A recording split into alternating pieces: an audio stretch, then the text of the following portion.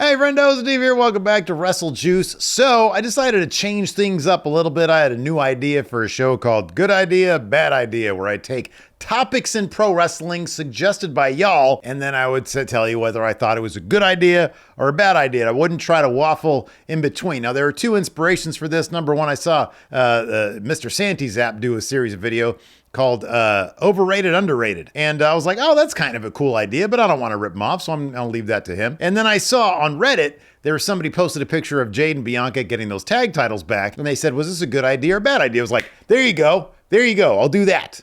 Good idea or bad idea? You guys offer up a controversial wrestling topic, and you ask me, hey, was it a good idea or a bad idea? And then some of you mentioned that this is something that the Animaniacs did. Good idea, bad idea. Apparently, a cartoon from 30 years ago. And you accused me of stealing that idea. I was like 14 years old back then. All right, so I wasn't watching Animaniacs. I hear it's really good. I remember the Pinky and the Brain stuff. I thought that was cool. You're going to take over the world. I remember that kind of, but I don't remember this. In any event, if I'm going to steal from Animaniacs, hey, I guess I'm stealing from something pretty cool, huh? Anyways, let's go ahead and dive into it. You guys will get the picture once I get started here. I'm Not Tiger Woods 314 says Hulk Hogan and TNA. Good idea or bad idea? Now, I remember I saw a shoot interview with AJ Styles before he came to WWE, where he was asked about this. Now, the thing about AJ Styles in his shoot interviews is that generally he's a very diplomatic person. He's a very positive person, didn't like to throw too much shade at kind of anybody or anything. And yet he did. So that's how you know how bad of an idea Hulk Hogan and TNA was. They probably gave him and Eric Bischoff the ability to do whatever they wanted. And as you can see, with all the memes from TNA and the Hogan era, which is like kind of the one good thing seemingly to come out of that, it just became all about Hulk Hogan and Eric Bischoff. And it seemed like TNA had a decent trajectory before that. And then they tried to take WWE on like live one night. And then the next week it wasn't. I don't remember exactly what it was. I wasn't watching TNA at the time. But clearly it just became the Hulk Hogan show because that's what everybody knows from that period of time. For all I know, maybe there was good stuff going on. I don't remember. But AJ Styles was like, yeah, he came in. They didn't bother to learn anybody's name on the roster. So they just came in to do their own thing, is what it felt like. Now, if you're TNA management at the time and you have an opportunity to get Hulk Hogan on your broadcast, I don't know. You probably do it. You probably do it. You probably don't say no to the Hulkster because he is a guy. Look at what he did with WCW. So was it a good idea or a bad idea? In hindsight, it was a bad idea, I think. But at the time, probably a good idea. But at the same time, you got to know. God, this is kind of hard.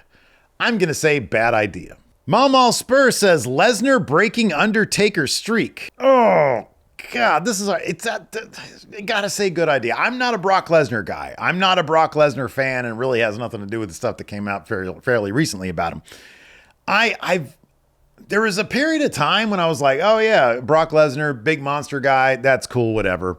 But as time went on and you hear more about him and what he was kind of about, it just sort of, again, kind of like Hogan, seemed like Brock Lesnar was all just about the Brock Lesnar show. And what did Brock Lesnar wanted to do? And if Brock Lesnar was okay putting so-and-so over.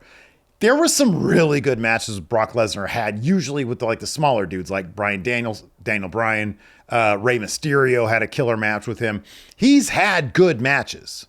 Not the Kofi Kingston match, not the Ricochet match, but other matches. He's had really, really good matches. But in order to build him up to the guy that really made it matter when you'd beat him, having him beat The Undertaker at WrestleMania, I gotta say was a good idea. I think it was one of those rando-ass Vince McMahon ideas that he probably just came up with on the morning of WrestleMania that just worked. That just made sense. So yeah, I remember Triple H in a documentary that came out before WrestleMania 30, where he said he didn't believe the streak should ever be broken. I'm a guy who thinks that records should always be broken because people get better and better. You see that in sports, whether it's like LeBron James beating the scoring record or whatever. And so I think Brock beating The Undertaker to go, what was he, 21-1 or 21, whatever it was, I think it was a good idea. I think it really gave a lot to Brock, and he went on that big streak of just being this absolute monster. The booking afterwards for certain stretches, like when he had the Universal title, I think, for like, I don't know, he didn't defend it like one time for like 3 months or 5 months or something ridiculous like that. I thought that was bad, and a lot of the Brock matches that he had just sort of had a familiar ring to them. But I think it was a good idea. It was a shocking moment. It made sense.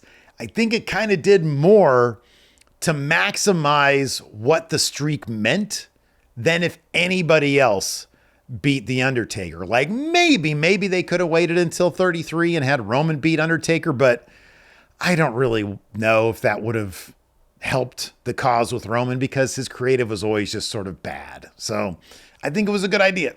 The Champ 3875 ECW revival. Good idea or bad idea? So again, this is one of those things. Bad idea. Bad idea. If you look, here's the thing about ECW that I maintain.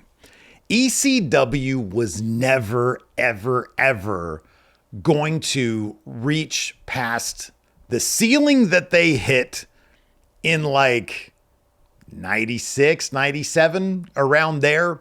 Those crowds were absolutely electric. And the presentation was so fresh and modern and made everything look like it was boring and corporate.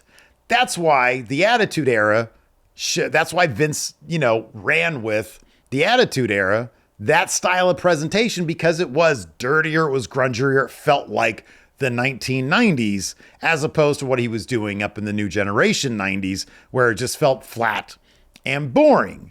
Then he basically stole the presentation of ECW, and thus was born the Attitude Era.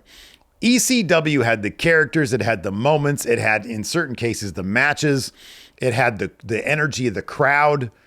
I think reviving ECW for the 2 one-night stands, great idea, especially because they let them go all out with it. Great idea. Continuing it on after that, bad idea, because there was no way you could replicate that energy and that kind of just, I don't know, moment, zeitgeist moment, if you will. There was no way you're going to be able to replicate that, taping it after episodes of Raw and SmackDown, airing it on Sci-Fi, adding in zombies and mummies and whatnot, and vampires. That was never going to work. And I don't think there was any other way that they could logistically do it but the way they ended up doing it. They couldn't do the Hammerstein once a week and expect those crowds to be electric once a week. So I think they should have stopped while the getting was good. They should have stopped at those 2 one-night stands, 05 and 06. Just end it there. Maybe come back once a year for a one-night stand. Maybe, I don't know. But as a weekly show, I mean, good idea.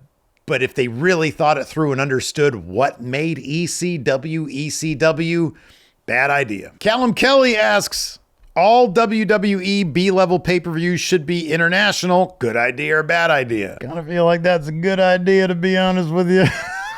I think, man, these things are so much fun. I know some people complain. It's like, oh, the crowd's taking over the show. Look at how much fun the wrestlers are having at these things. Look at the experience that they get traveling to these other countries to put on these premium live events in front of crowds that are just absolutely going crazy. Dude, for that alone, I say go ahead and do it. You're already going to have a 2-night WrestleMania, a 2-night SummerSlam. They're probably going to end up making, I don't know, the Royal Rumble 2 nights. I could see that happening. You got that. You got SummerSlam. I already said that. You got Survivor Series. Maybe you keep Money in the Bank. Maybe you keep Money in the Bank stateside and consider that the big 5. And then you got basically 7 more or 5 more in like international or outside, the 48. And then you still got your 2 Saudi Arabia shows. So yeah, I kind of feel like you do that. Why not? You've still got half of them in the United States, all the Raws, all the SmackDowns in the United States. Absolutely, you go international with the other ones. Man, those shows are so much fun. Those crowds are amazing. I say do it. I say all those B-level pay-per-views go international because the proof is in the pudding. They are a ton of fun. Sean Sterling, Eugene being a character in WWE. Bad idea, man. I'm sorry. That's a bad. That was a bad idea. I think I had like kind of stopped watching wrestling around that time, or when he showed up, I stopped watching around like, I don't know. I think I stopped watching around like 06 or so. Yeah, dude, there's nothing about Eugene that I was like, this is a good idea. Even back then when he first showed up, I was like, you guys are really doing this right now? Like, this is actually happening right now? Man, that's a bad idea. I'm sorry. That's a bad idea. I know there are people out there who are like, oh no, Eugene, it's good. It's like inspirational. Come on. In the hands of Vince McMahon, get out of here with that. That's so horrible. And then you saw what happened to him at One Night Stand. Oh my God. Terrible idea. And Nick Dinsmore ended up not basically having a, like, as high profile a career after that. Like, what is, no, it's a bad idea. It's a bad idea. Tyler Bwensley, that time Hulk Hogan ruined WrestleMania 9 by beating Yokozuna. Well, Tyler here thinks Hulk Hogan ruined WrestleMania 9 by beating Yokozuna. I personally think it was a good idea, though. It's so bad. But that crowd hella pops for Hulk Hogan at the end of WrestleMania 9. Look, you guys know I'm not like a huge Hulk Hogan guy. That being said, and these days I'm not a Hulk Hogan guy at all in any way, shape, or form. But at the time, WrestleMania 9, man, that crowd super popped for that shit. And then he beat Yokozuna. That was a cool moment. It's like a cash in. But he didn't need a contract. He didn't need Money in the Bank because he was Hulk Hogan. He was a walking Money in the Bank, brother. So he shows up and then he cashes in on Yokozuna after Bret Hart loses because of cheating. And then he wins a title. And then within 3 months in June, he drew the lowest drawing pay-per-view, the lowest attended pay-per-view in company history till that date.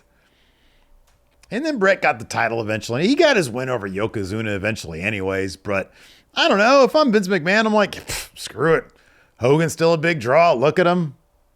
Well, in his mind, he might have thought he was a big draw. Clearly, he wasn't a big draw because 3 months later, he drew the least attended pay-per-view in history of the company. JMC 1396, Cody Rhodes losing at WrestleMania 39. Not just a good idea, it's a great idea. You know why? Because we got WrestleMania 40, and WrestleMania 40 was awesome. The 2-night main event was great. All the stories and like The Rock coming in and trying to like finagle a match for himself against Roman and all the drama that ensued. We still don't know what really happened because they produced that kayfabe documentary where they really didn't even go into detail. And The Rock said that he was the guy who came up with the idea to do all that stuff. I thought Cody losing at WrestleMania 39 made a lot of sense. See his path all the way back to WrestleMania 40. I thought it was all a good idea, so I'm still on board with that. I think a lot of you might disagree with that. Let me know in the comments. Diabetic Man says changing NXT from black and gold to 2.0. It was a terrible idea. This is what they did in 2.0. That was a good idea. The next in line stuff. Recruiting college athletes, trying to build more stars from the ground up because you got Obafemi, you got Jada Parker, you got all sorts of great characters, Kalani Jordan, got all sorts of great characters that they were able to basically build from the ground up. That is good. They were doing that at the time, just not to that degree. But man, black and gold was really, really special. I don't think that black and gold, especially given that Vince meddled a lot, was really suited to beat AEW in the ratings. If AEW hadn't come along, I think NXT Black and Gold would be a legit third brand right now as we speak. But if you look at the heyday of takeovers, man, that was the shit. Everybody loved that. Those were the most critically acclaimed shows they were. I still don't think that NXT premium live events now are on par with that. Many of you I know will disagree with that, and that's totally fine. Maybe I'm just biased, whatever. But no, I think it was a bad idea. I think they probably should have just pumped more resources into it. I think they probably should have jazzed up the presentation a little bit, but I liked the presentation the way it was. So yeah, I don't know. I guess the proof is in the pudding. It's successful from a business standpoint. It was a good idea, but like, I don't know. I still love my black and gold. So yeah, sad about it. Anyways, that's going to do it for this edition of the first edition of Good Idea, Bad Idea. Was the idea good idea, bad idea, good idea, or bad idea? Let me know in the comments below. We'll see you guys around.